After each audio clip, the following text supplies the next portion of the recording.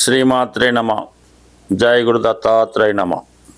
ఈ వీడియోలో మనం 2025 సంవత్సరం మే నెల మాస ఫలితాలు కన్యా రాశి వారికి ఏ విధంగా ఉంటాయి అని పరిశీలించినప్పుడు, మరి కన్యా రాశి వారికి ఈ నెల ప్రారంభంలో ఇంచుమించుగా నెలంతా కూడా 11వ స్థానంలో కుజగ్రహ సంచారం. ఇది ఈ రాశి వారికి ఆకస్మిక ఐశ్వర్యాన్ని, స్థిరాస్తి లాభాన్ని కలిసి వచ్చే అవకాశం ఉండదు. ఏదైనా ఒక గ్రహం 11లోకి వచ్చినప్పుడు దాని కారకత్వాలు చాలా వరకు జాతకుడికి అనుభవంలోకి రావడం జరుగుతూ ఉంటుంది. సో కొన్ని సందర్భాల్లో ఒక లాభాన్ని ఇచ్చి తర్వాత కొంత ఇబ్బందిని కూడా కలిగించడం జరుగుతూ ఉంటుంది. ఉదాహరణకి ఎలా ఉంటుందంటే, మీకు చాలా కాలంగా మీ యొక్క దగ్గర బంధువు కొంత ధనాన్ని మీకు ఇవ్వాల్సి ఉంటుంది. అది మనం గట్టిగా అడగడం వల్ల ఈ సమయంలో అది కంపల్సరీగా మీకు ఇవ్వడం జరుగుతుంది. కానీ తర్వాత ఆ బంధుత్వం అన్నది పాడయ్యే అవకాశం ఉంది. ఇది కామన్గా జరుగుతూ ఉంటుంది. కానీ అటువంటి వాసుకొని చూసుకుంటే జీవితాంతం మీ డబ్బు మీకు తిరిగి రాదు. కాబట్టి ఈ సమయంలో మీకు ఎవరైనా ఇవ్వవలసి ఉంటే నిర్మోహమాటంగా వసూలు చేసుకుంటేనే వచ్చే అవకాశం ఉన్నది. మళ్ళీ ఈ నెల దాటిందనుకోండి, ఇంచుమించుగా మీరు ధనాన్ని మర్చిపోవచ్చు. అందుకని ఏదైనా మీకు రావాల్సి ఉంటే, అంటే ధనం రావాల్సి ఉన్నా, మీకు ప్రమోషన్ రావాల్సి ఉన్నా, ఒక ఇంక్రిమెంట్ రావాల్సి ఉన్నా, ఈ సమయంలో దాన్ని పోరాడితేనే వస్తుంది. సాధారణంగా కన్యా రాశి వారికి ఏది ఎప్పుడూ కూడా సునాయాసంగా వచ్చే అవకాశం ఉండదు. ఏదైనా మీరు ఒక సంస్థలోనో ఒక వ్యక్తి దగ్గర పనిచేస్తుంటే చాలా కాలం పని చేయించుకుంటాడు తప్ప జీతం పెంచడం కానీ అభివృద్ధి కోసం కానీ ఎట్టి పరిస్థితిలో ఇవ్వడం. మీరు ఎప్పుడన్నా అడిగితే చూద్దాంలే చేద్దాంలే అంటాడు. మరి ఈ సమయంలో మీరు దాన్ని గట్టిగా రిక్వెస్ట్ చేయడం, అడిగితేనే కంపల్సరీగా మీ యొక్క ఆదాయం, జీతం, ఇంక్రిమెంటు పెరిగే అవకాశం ఉన్నది. బట్ అలాగని మీకు ఉద్యోగం పోయి ఇబ్బంది ఏమి ఉండదో, మీకు రావాల్సినటువంటి హక్కుల కోసం పోరాడితే అది వచ్చే అవకాశం ఉన్నది. కాబట్టి కంపల్సరీగా మీకు రావాల్సింది మీరు తీసుకోండి. దాని తర్వాత ఏంటంటే, రవి అష్టమ స్థానంలో ఉన్నాడు. అందువల్ల ఏంటంటే మీరు ఈ నెల 13, 14 తారీఖుల దాకా, అంటే మే 14 వరకు కూడా ఎట్టి పరిస్థితుల్లో కూడా ప్రభుత్వానికి వ్యతిరేకంగా ఎటువంటి కార్యక్రమాలు చేపట్టడం కానీ, ఏదైనా పిటిషన్లు పెట్టడం కానీ, అధికారులతో ఇబ్బందులు పెంచుకోవడం కానీ జరగకుండా జాగ్రత్తగా వ్యవహరించండి. అంటే ఈ సమయంలో మీరు మంచికి వెళ్ళినా కూడా చెడు ఎదురయ్యే అవకాశం ఉంది.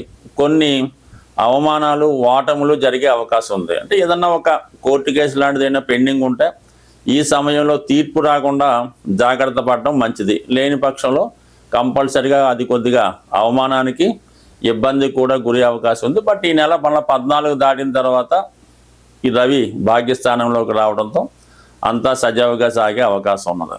ఇక ముఖ్యంగా ఈ నెలలో చాలా కాలంగా రాశి యందు సంచరిస్తున్నటువంటి కేతువు, అంటే ఈ కేతువు వల్ల వచ్చిన ఇబ్బంది ఏంటంటే, ఏ ప్రయత్నం కూడా పూర్తిగా చేయనివ్వడం, సగం ప్రారంభించడం, మధ్యలో ఆగిపోవడం జరుగుతూ ఉంటుంది.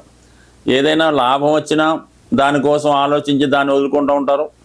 ఏదైనా శుభం జరిగినా వదులుకుంటూ ఉంటారు. అటువంటి కేతువు మిమ్మల్ని చాలా నిస్సహాయతగా ఉంచినటువంటి కేతువు ఈ నెల 18వ తారీఖున 12వ స్థానంలోకి రాబోతున్నాడు. అంటే వెనక్కి వెళ్తాడు కదా. 12లో కేతు వస్తే ఆటోమేటిక్గా మీకు రాహు 6లోకి రాబోతున్నాడు.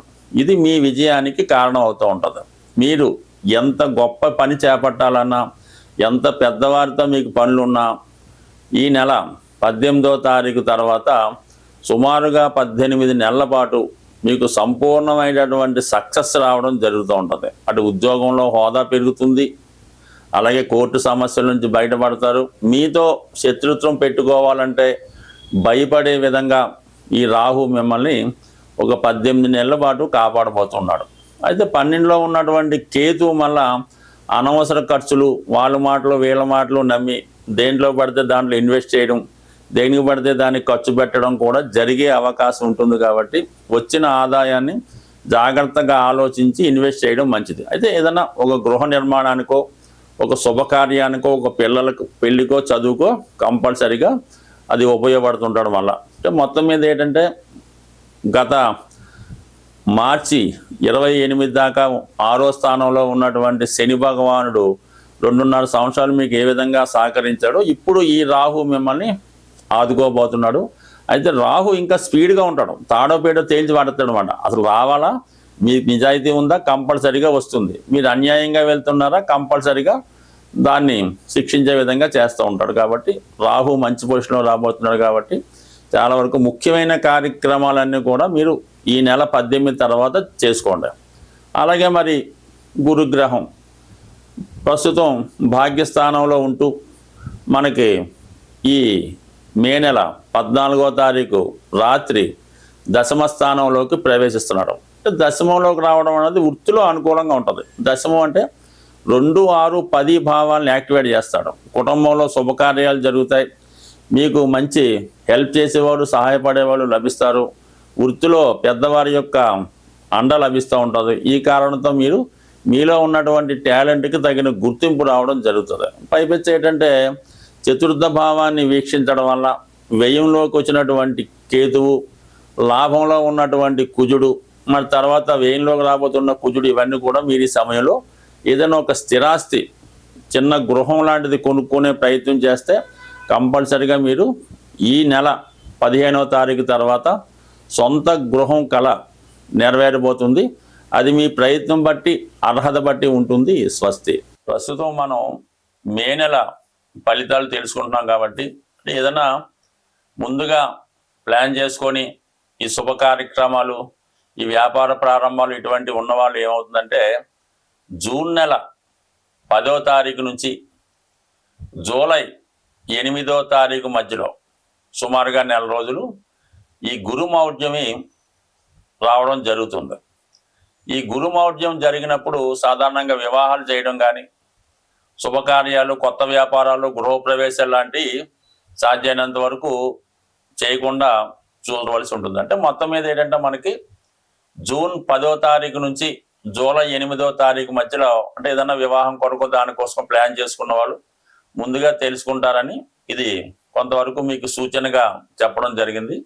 అందువల్ల ఏంటంటే ఏదైనా మీరు శుభముహూర్తాలు అలాంటివి ఏమన్నా ఉంటే మళ్ళీ మీకు జూలై 8 తర్వాత ఉండే అవకాశం ఉంది. అయితే మీకు మళ్ళా ఈ భాద్రపద మాసం, ఆషాఢ మాసం ఇవన్నీ ఉన్నాయి. కాబట్టి ఈ పెళ్లి విషయంలో అనుకున్న వాళ్ళు ఈ మోడాన్ని కూడా గుర్తుపెట్టి దాన్ని బట్టి ముందుకెళ్తే మంచిది.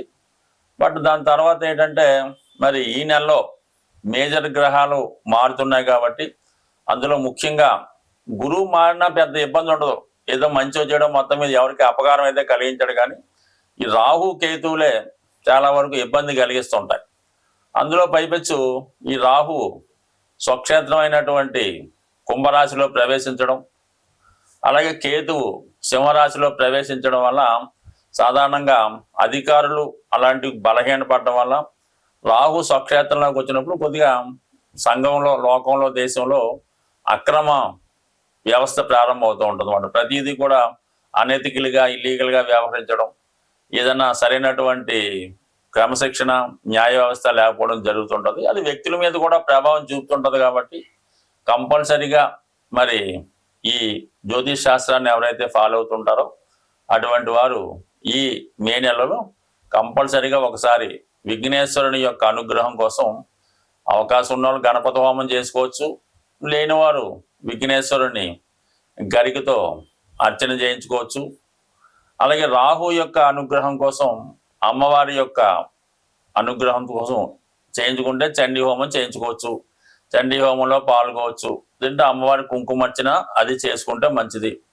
బట్ ఏదైనా ఈ రవిగ్రహానికి మనం నిరంతరం సూర్య నమస్కారం చేసుకోవడం, రాహు కేతువులను పూజించుకుంటే చాలా వరకు ఏ సమస్య లేకుండా చాలా అనుకూలంగా రావడం జరుగుతుంటుంది. బట్ బాగా సింపుల్ రెమెడీ ఏంటంటే అది చూడడానికి చిన్నగా ఉంటుంది, కానీ అవకాశం ఉన్న వాళ్ళకి కుదురుతుంది, అందరికి కుదరపోవచ్చు.